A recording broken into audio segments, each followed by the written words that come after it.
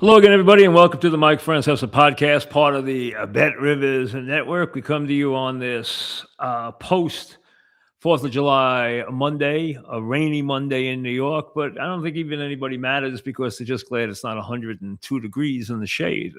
It was very hot. Now, I think as you get a little older, and I've never been one that didn't like the heat. I like the heat. Heat never bothered me. I liked it hot. I don't like cold. I like it hot. But I have to admit, the last couple of days, those days felt about as hot as any days I can remember in a very long time. And even yesterday in the morning was exceedingly humid. So the weather has broken. Obviously, it rained hard overnight. It's supposed to rain today and tomorrow.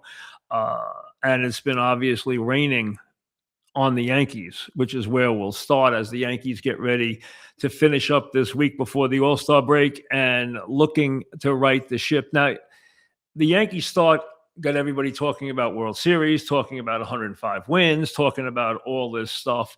And yes, they've had injuries, but you know what? Everybody has injuries. Go look through the league. Go look through everybody's roster. Everybody has injuries. I understand they all don't have Judge hurt. I understand they all don't have Fried hurt. The bottom line, though, is you know what? You got to be good enough to handle your injuries. The Yankees were doing okay in the beginning when Judge was gone. And Stanton is a luxury. I always consider Stanton a surplus guy in the regular season and an integral guy in the postseason. Now, Stanton's big strength is he can win a game by himself. There's not a lot of players that can win the game by themselves. He can win a game by himself. He can win it with one swing. He can win it with two swings. He can break a game apart. That's a vital thing that he brings from that standpoint. He always has. Not having Judge over a period of time hurts. But let's be honest. This team had a couple of positions, especially catcher, that have produced nothing all year. You know, third base, even with McMahon's awful start, and he's gotten better, third base has produced okay numbers because of Rosario. Now, Rosario's not a fielder, and McMahon obviously is. And McMahon's obviously been down with some illness the last couple of weeks. And even when he came back, he's looked a little unsteady. But they're okay there. They don't need – third base is not a problem. Defense is a problem right now. The quality of their play is a problem. And they just have all gone into slumps. You couple that with some weak bats in the bottom of the lineup, an automatic out because of what's happened to Wells. And I don't know what's happened to Wells. But what has happened to him is he just can't hit. And you're getting nothing from the catching position. Add that up with some spotty play at some infield positions. Add that up with some outs in the bottom of the lineup. Even the kids, when they've come up, and this is a big time for Dominguez, and I think they needed this time. I know Spencer Jones wasn't happy going to the minors. It was the right move at the time when Grisham comes back because they need Grisham. The Yankee fan has always overlooked Grisham. Grisham is a big key for them. He makes their defense better. He adds to the depth, and he hits a lot of big home runs. So you need him. Now, this is a big time for Dominguez because he needs an opportunity, and he's got it right now, to prove that he is once and for all an everyday major league player for the Yankees. This is not for the Kansas City Royals, where he can go play left field or right field tomorrow. And he'll hit enough to be an everyday Royal for 10 years. The question is, can he be an everyday Yankee? That's the question. And he's got to answer that now. Now, he's gotten a little better, and I hear he's worked hard. I heard Grisham's worked with him in the outfield. Okay, that's good. This guy's an offensive player. He had to prove he could be better from the right side.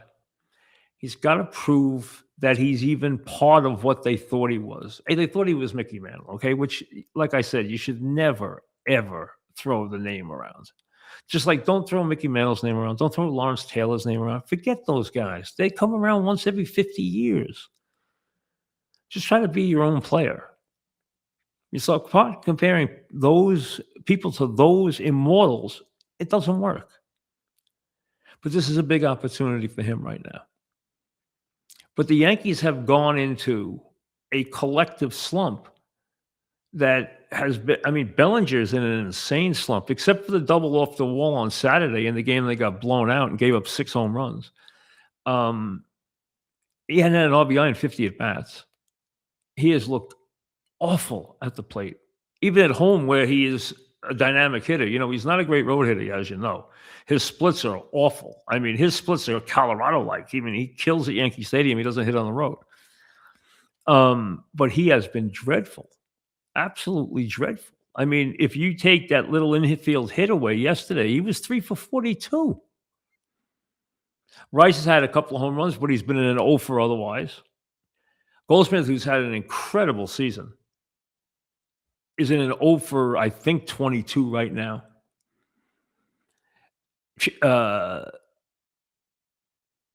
No matter where you look, nobody's tearing it up. Nobody is tearing it up. They're not hitting the ball out of the park, which is what they do to cover mistakes. Power pitching, power hitting. And let's be honest, the pitching's now been off.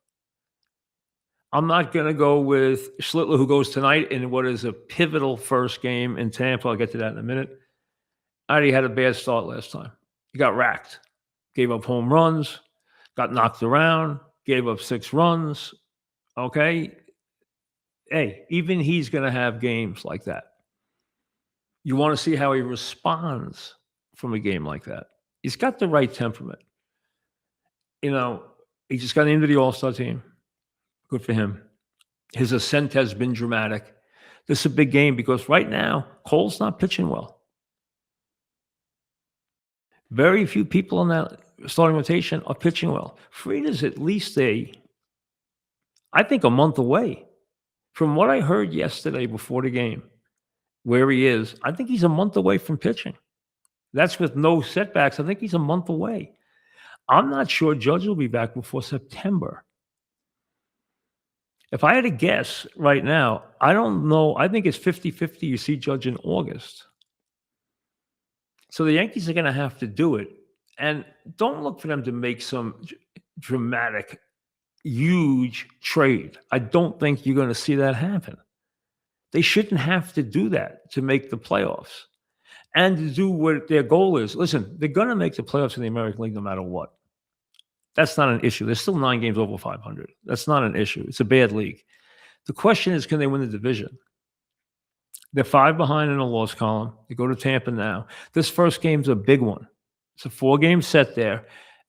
If they lose this series in Tampa, they're going to go into the All-Star game probably 7 down.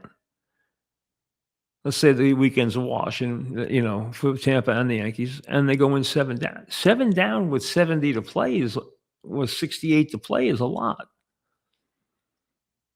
That's a lot, especially when the Yankees aren't going to get some of their keys back probably for a while yet.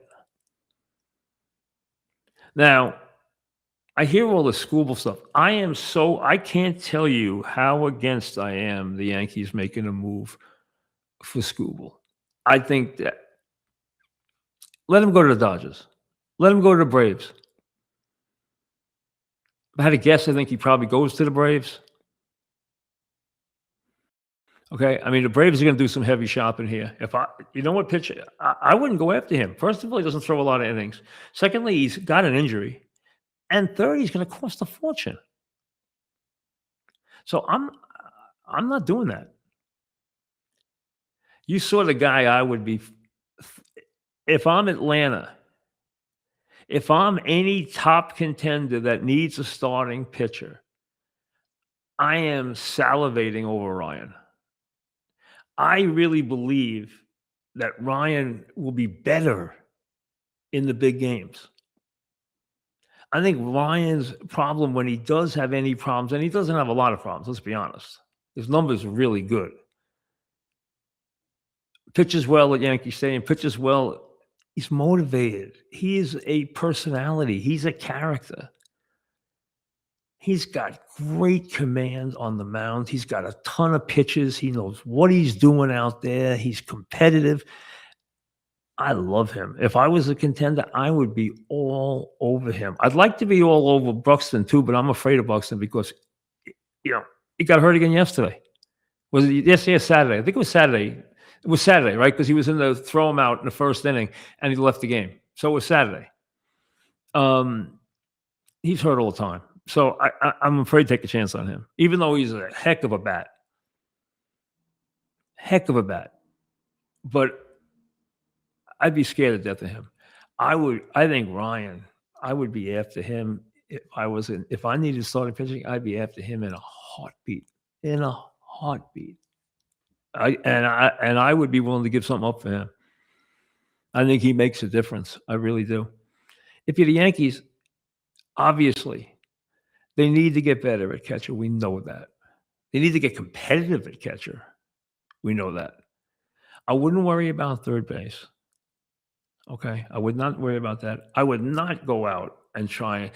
The Yankees are going to have to pay through the nose for school. Now, would they like to improve their bullpen? Yes. But you know how many teams want to improve their bullpen that are out there? You know, the Mets, when they start, and we'll get to them in a minute, when they start selling guys off, and I don't know how deep they're going to go selling off their bullpen, but they got guys in that pen. People are going to be all over Weaver. I mean, his numbers. I mean, there are arms in that Met bullpen that are going to be extremely, extremely coveted because there's a lot of teams. Almost everybody needs bullpen help. So you know that. And there's going to be some starting pitching out there, which, I mean, listen, you're most likely going to get a Peralta. That's what you're going to wind up getting. That's what most teams are going to wind up getting. But Ryan's who I'd go after. I mean, Skubal to me is way too expensive, and there's too many red flags for me. You know, way too many. And he's not overly durable. Listen, he's a great pitcher. I'm not taking anything away from what he can do. The problem, what I don't like about him is I don't want a guy that I have to pay a gazillion dollars to who's going to be gone after 6 innings in a game I have to win. Not 6. I don't care how many guys he strikes out. I don't care what the score is. I don't care if he's giving up 1 hit or 2 hits. I got to have him more than 6 innings. I got to. I can't have him hand the ball off after 6 innings in these games. And that's the mentality now, which it really has to, in some way, water down the idea of your starting pitcher. If you're thinking about a guy who's only going to go 5 or 6 innings. I mean, they're looking to yank guys now. When you get, if you know that if it's a game where you're getting around and you're rotating the lineup to the third time, you know they're looking to take the guy out. But if you are in the 5th inning and I don't care who you are, you saw it with Wheeler. I mean, hey, the 5th inning shouldn't even be a question for starters like that. They should be talking about the 7th inning for those guys. But now it is like if you get 6 innings out of your starter, it's like you're doing a dance. So when you talk about going and spending a fortune for starting pitching,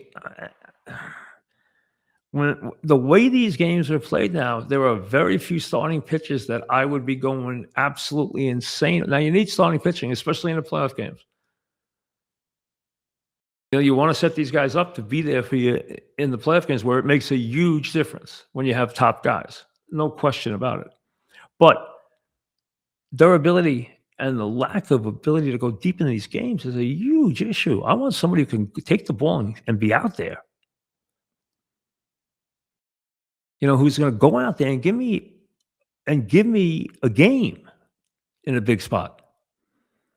I think the Yankees if the Yankees don't think they can win with the starting, and I don't know what's up with Rodon right now, but if the Yankees think they can't win with the starting pitchers they have now, then they're in big trouble. Because let's be honest, if Fried comes back and can throw this year, they got plenty of starting pitching. I doubt Cole's going to stay pitching like he's pitched the last couple of games. I'm not the biggest Cole fan, as you know. I am not. That's just the way it is. I never have been. His last couple of games have not been good, you know.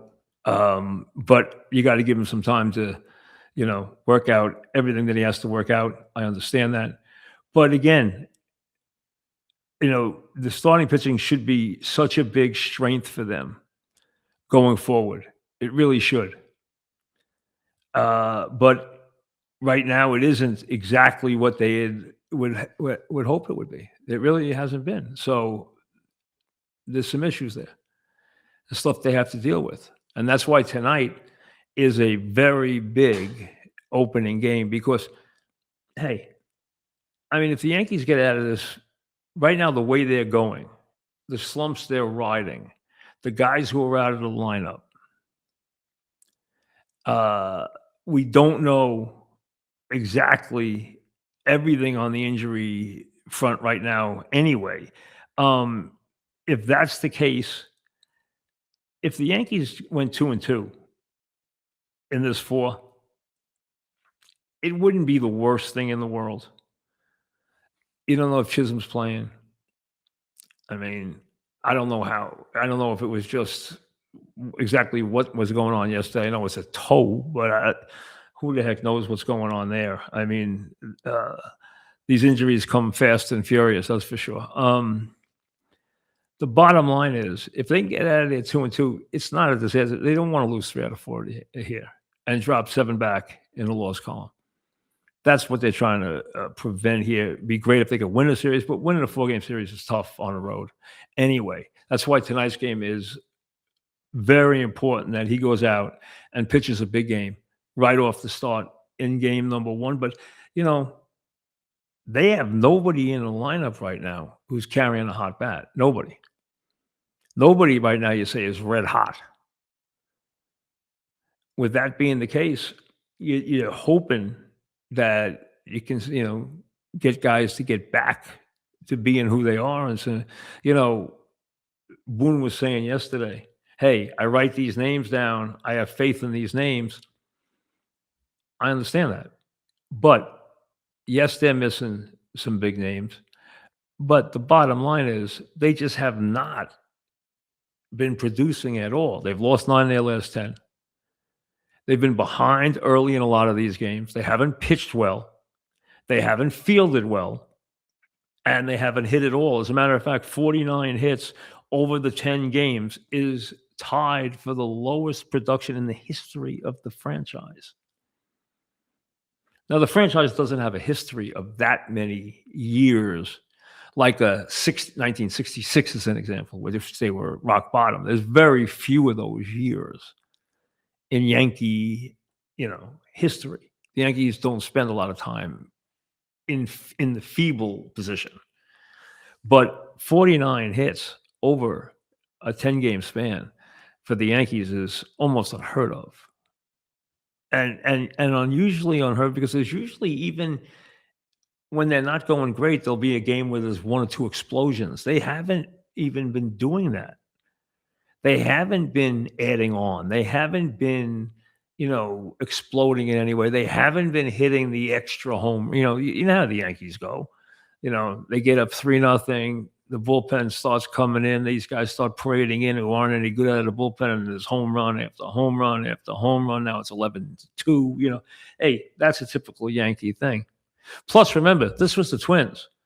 The Yankees had the losing streak. In come the Twins. You say, oh, good, the Twins, 22-3 out of the last 25, blah, blah, blah, blah. They win opening night. Okay, good, here we go. Win 2 out of 3 or 3 out of 3 out of the Twins, and then they lose the series. They get pounded and run out of town on Saturday with a 6-home run game from the Twins, and then Ryan shuts them down completely on Sunday, and they lose a series to the Twins at Yankee Stadium for the first time since 2014. Remember, this is the Twinkies. This is a team like the Royals that the Yankees own. They never lose. They see the Twins. The Twins see the Yankees coming, and they lie down. If they're up 3 runs, they say, oh, my God, it's the Yankees. We can't win this game, and they lose 9-8. I mean, this is the Twinkies. And the Twins come in and beat the Yankees 2 out of 3 at Yankee Stadium, which is unheard of. Hasn't happened in 12 years. The Yankee record against the Twins over the last 70 games is like 48-15 or something coming into this weekend series. It was 22-3 in the last 25. 23-3 after Friday night. And then they win back-to-back games. Slug them out of the park on Saturday, on a hot Saturday afternoon. And then 6-1 yesterday, where they're never in the game because Ryan just shuts them down completely. He was great over 7 innings. I mean, it was the 7th inning before the Yankees got a guy to second base. He was completely dominant. I love him, though. I loved him before he pitched yesterday. I mean, I would be after him for a pennant race. If I'm someone like the Braves, I'd be after him in a heartbeat. I would be all over him. I really think he would be terrific. Now, I have nothing to say about the Mets. I don't care if they won a game. I don't care if they scored 10 runs. I don't care if they hung on for dear life. I don't care about anything about that. The Mets are past the point where I even have anything to say about their games. Soto's going to hit. I think Bichette will hit the rest of the way. I don't know what Bichette's plans are for the future here. I don't know what the Mets plans are for Bichette for the future here. But I would say this. The Mets are going to be packing guys out of here and rebuilding this franchise. And first of all, I think all the Soto Lindor stuff, like the owner tried to give you the other day, is nonsense. Okay? I don't think they get along at all. Okay? Everything I've heard all along is that they don't like each other. Everything. So they can say what they want. Just like last year, there wasn't any issues. Nonsense. This year, there's not any issues. Those guys don't. Listen, this was Lindor's team. He was the golden boy. The Coens loved him. Cohen's wife loved him. He was the golden boy. He was the guy. He was it. This was his franchise. And then they went out and brought in a guy who more than doubled his salary, which hit him right between the eyes. And I'm going to tell you something. It would have hit a lot of stars right between the eyes. Lindor, and I don't know what kind of person, I don't know how Lindor is, if he's very sensitive, nonsense. I don't know that stuff. What I do know is that he clearly felt this was his team.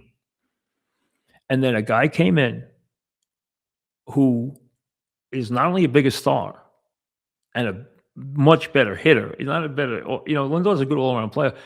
Soto is a great hitter. He's not a good hitter. He's a great hitter. I mean, he's been hurt this year, and he'll still put up good numbers. He leads the National League in OPS. I mean, he's a big-time bat. He's a great offensive player. There aren't many great offensive players. He's a great offensive player. And he's young. And everything you hear, or everything I hear, and everything everybody hears, but everything I hear from what the people I talk to say, he loves the little kid outfielders. And those guys have been good. They've been okay. I mean, listen, I think the Mets are going to go into next year with Soto and the 2 kids in the outfield. And then rebuild everything else. So, where does that leave you? I don't think there's any question the Mets are going to try very, very hard to trade Lindor. Now, is that going to be easy to do? No. He has a contract through 2031. My understanding is he had a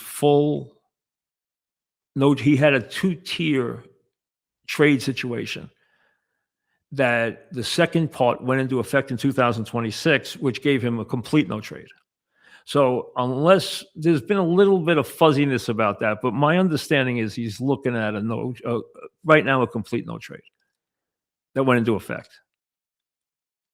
That seems to be the best information. There was someone who told me there might still be some days that there might be still a couple of weeks before that it fully turns over. I don't know if that's true or not. I did hear that in one place, but from what I can understand is that in 2026, it became a full no trade. It runs through 2031. He's got a lot of money on his contract, and he's not young. And he's a shortstop. He's an aging shortstop. Now, if you're a contending team and the Mets will take a bunch of the money, I mean, if that's the scenario, there's a lot of teams this guy can help. If that's not the scenario, or you have a shortstop, you might look at it a little differently. I don't, but if you traded Lindor was traded into a good situation where the team is a lock to go to the playoffs or has a chance to have a very big year, I think he'd be okay with that. I think he would. I think the lure of maybe being able to play in the World Series or being on a really good team, which he's not going to be here for a couple of years, and he's going to have the Soto thing's not going away. Soto's always going to be the biggest star. This is always going to be Soto's team. Soto is not an outward personality. He's not that kind of leader. We know that. Okay, but this is still, no one's going to be bigger than Soto here because his command is enormous and he makes a fortune. I mean, his contract is so big, it's ridiculous. It's a big factor. And it changed all the dynamics. And as someone who I trust very much told me, this started when the only one who did not call him when he came to the Mets was Lindor. And it kind of went from there. They've had their ups and downs, but I still hear it's not good. Now, Cohn addressed that when he did his interview and said, "Oh, I hear it's much better now." That's not what someone's telling me. So unless they're telling me something wrong, they're telling me that it's not any better. That's never going to be good. And that it's time for Lindor to leave. And I think the Mets have decided that, from what I understand, they are trying to trade him. Or will be trying to trade him in the next couple of weeks. Now, again, that's not going to be an easy thing to do. And they're going to obviously have to eat money, but I think they know that. But that's the first step to, and it looks like Stearns is going to get a chance to do this. I mean, that looks to be the case. If you watch the Cohen interview, which I did, and I know Cohen got criticism for going on with the writers because they felt it wasn't a place where he was going to get enough attention and he needed to talk to the whole town in a big place and all that stuff. Hey, the bottom line is the information got out, whether you liked it or not. And they're two veteran guys who know what they're doing. They're veteran baseball guys. They listen, they both seem to have a good relationship with them, which is why he went with them. He trusted them, which is fine. Okay, that happens. Guys go with you if they trust you. That's just the way it is. Okay. He stated on there what needed to be stated for the most part. I didn't agree with everything he said. I mean, he tried to make too much out of, oh, let's give credit for what Stearns did in the first year. No, he wanted to get rid of all those players. He wound up getting rid of those guys. Alonso kept them alive in the playoffs. He couldn't wait to get rid of them. The guy's got 60 RBIs right now and plays every day.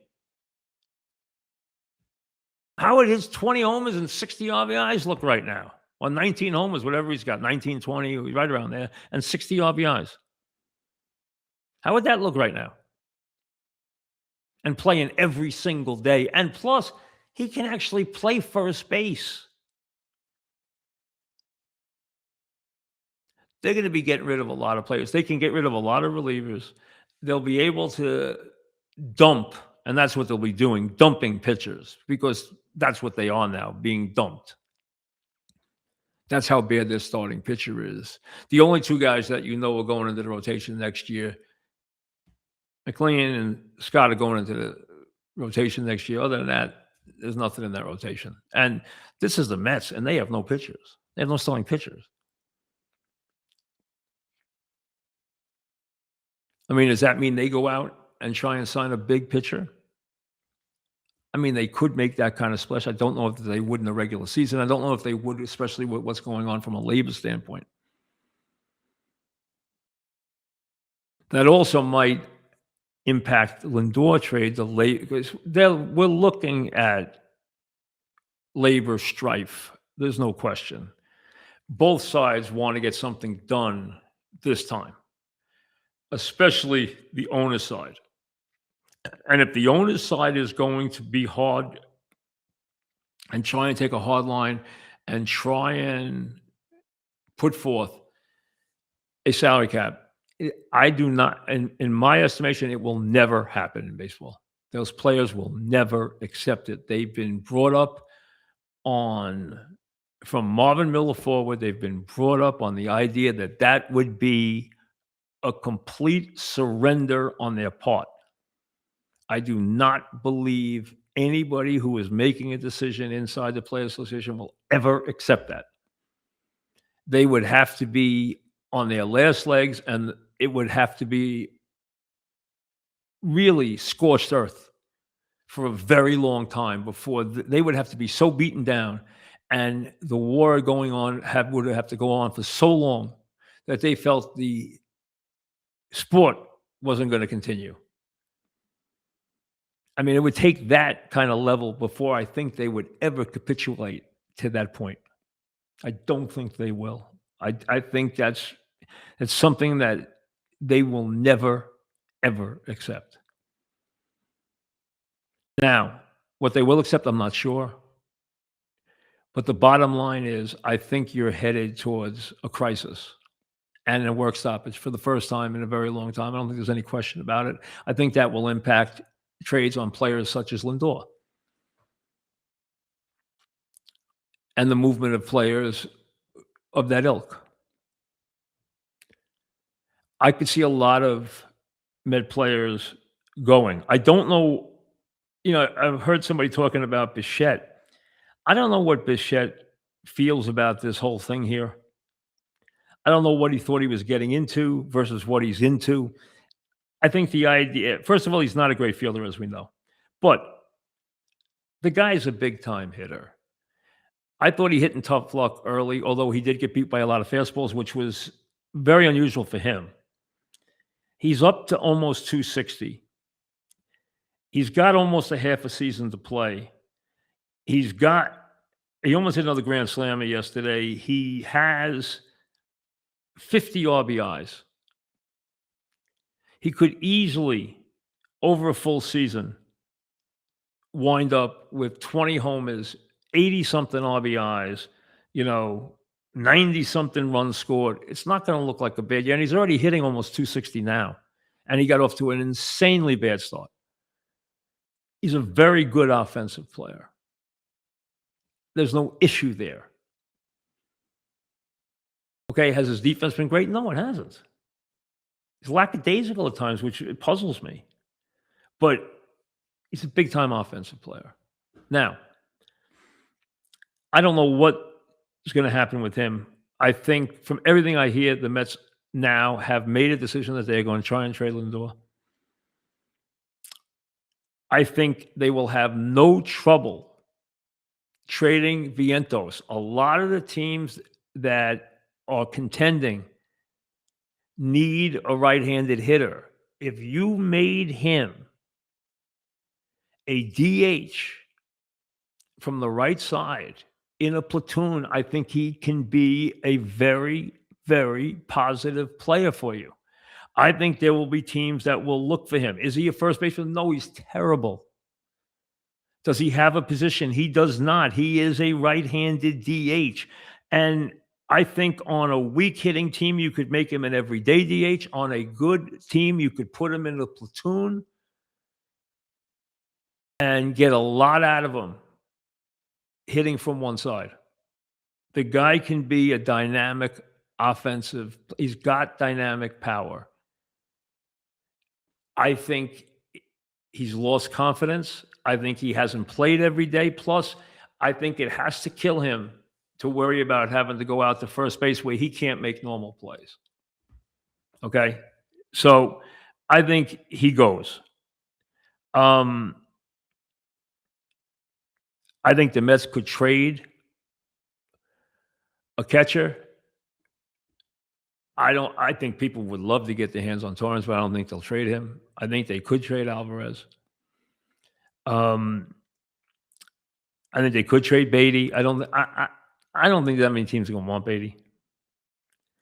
Um, they are going to try their damnedest, and I think there will be a match. I just don't know if the deal will get done for Lindor, but I think there's a good chance he gets traded. Uh, there's not much else that you would. I mean, Young, Taylor, guy. Nobody wants those guys. Nobody wants those guys. The Mets' attractiveness is going to be in the bullpen. They have live arms, led by Weaver. They have live arms in that bullpen. They have at least 4, maybe 5 guys that people will want in the pennant race. Now, the question is, do they wipe out their whole bullpen and get enough for it that it's worth doing? Now, a lot of people think bullpens year to year, and they're willing to rebuild their bullpen each year. Stearns might be thinking that he can do that, even though Stearns thinks he can do a lot of things with a roster, and he's proven that all he can do with this roster is destroy it because he has completely destroyed this team.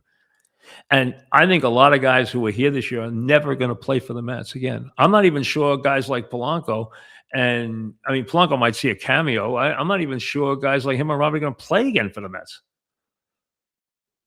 Or how much they'll actually have played for the Mets, before they're gone. Bichette's is a different situation. He's got an opt-out. He's got a big contract. I think he'll be here this year. And then I don't know what his future is. I don't know what his future is. I don't know what they think about him, what he thinks about the franchise. So that could be a quick move to somewhere else. It's possible. I think what you will see from this team is, I think the only things that are given is that McLean and Scott will be in the rotation, and that Soto and the 2 kids will be in the outfield. I think opening day next year, that will be the Met outfield. I think they will be there. I think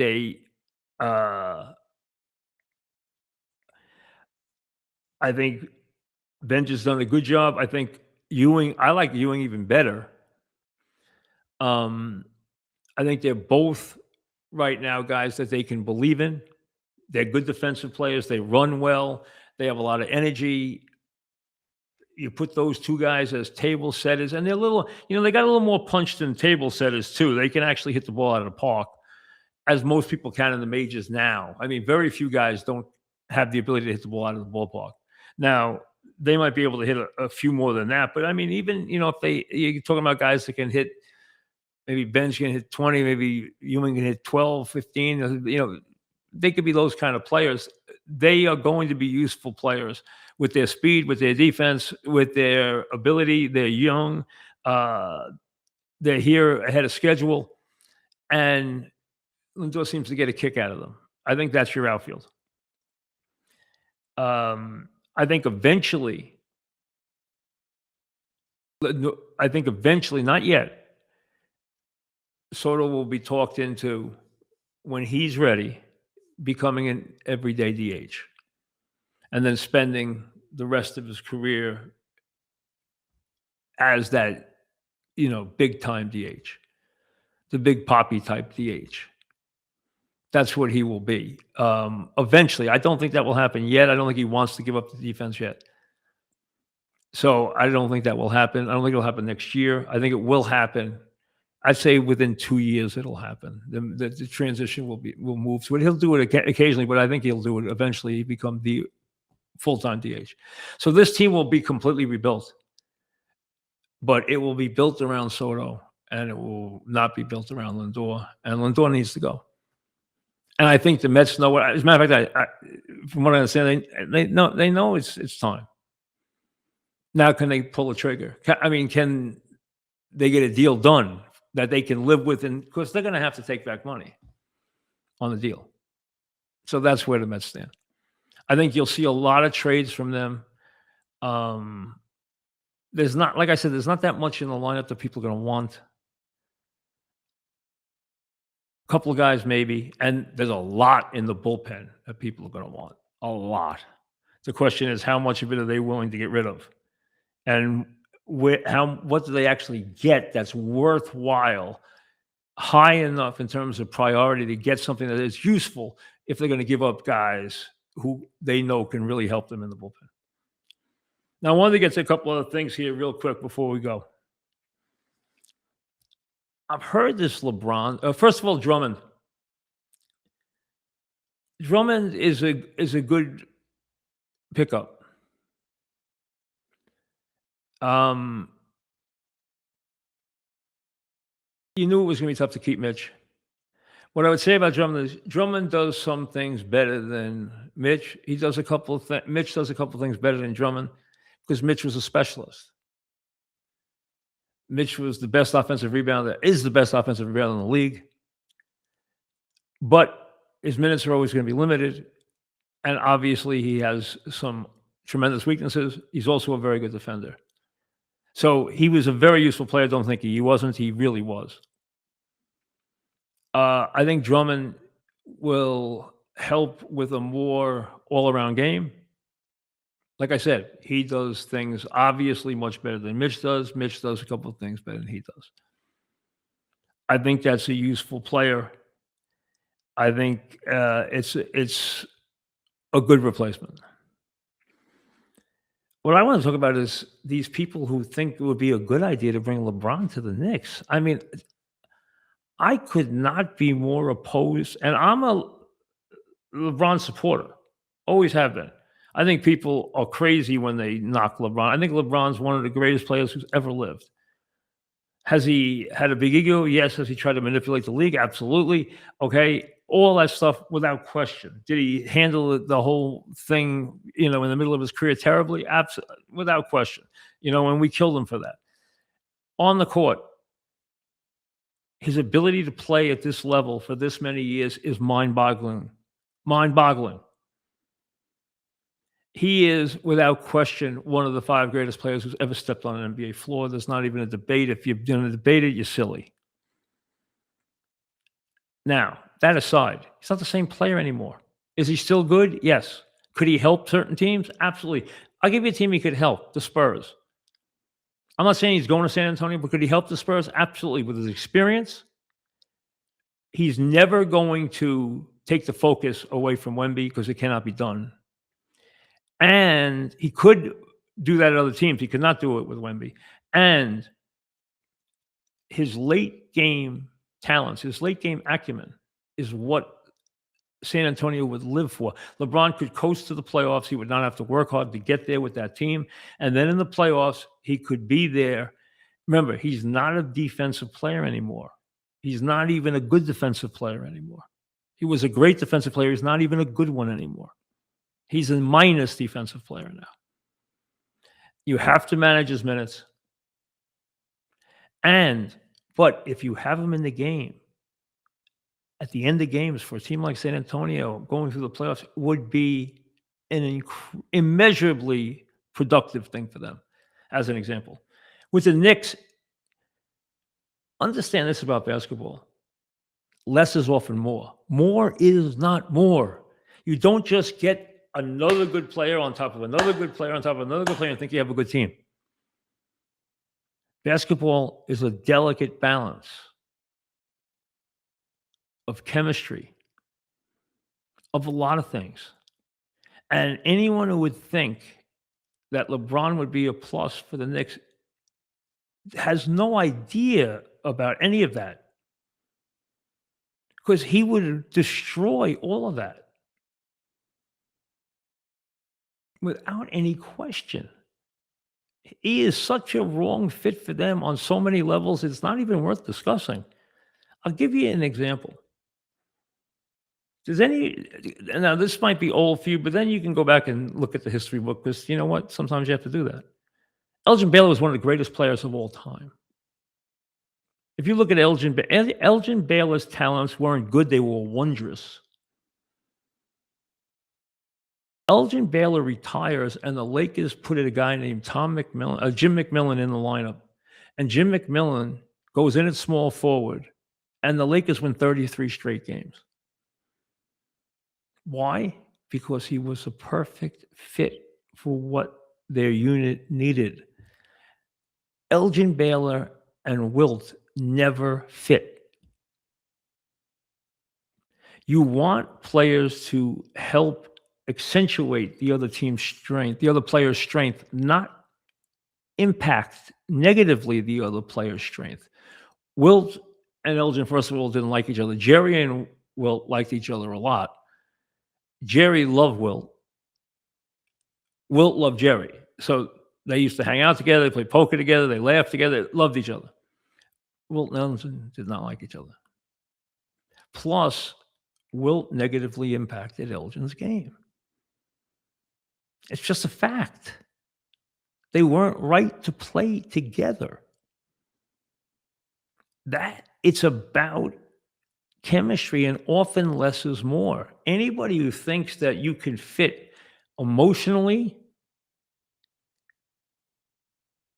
in terms of how that team meshes, how that team practices, how that team lives, how they understand their roles, how they play, how unselfish they are. If you think that LeBron would not negatively impact the Knicks both on the floor and off the floor, you're crazy. It would be a disaster. There's nothing that would be the least bit positive about that.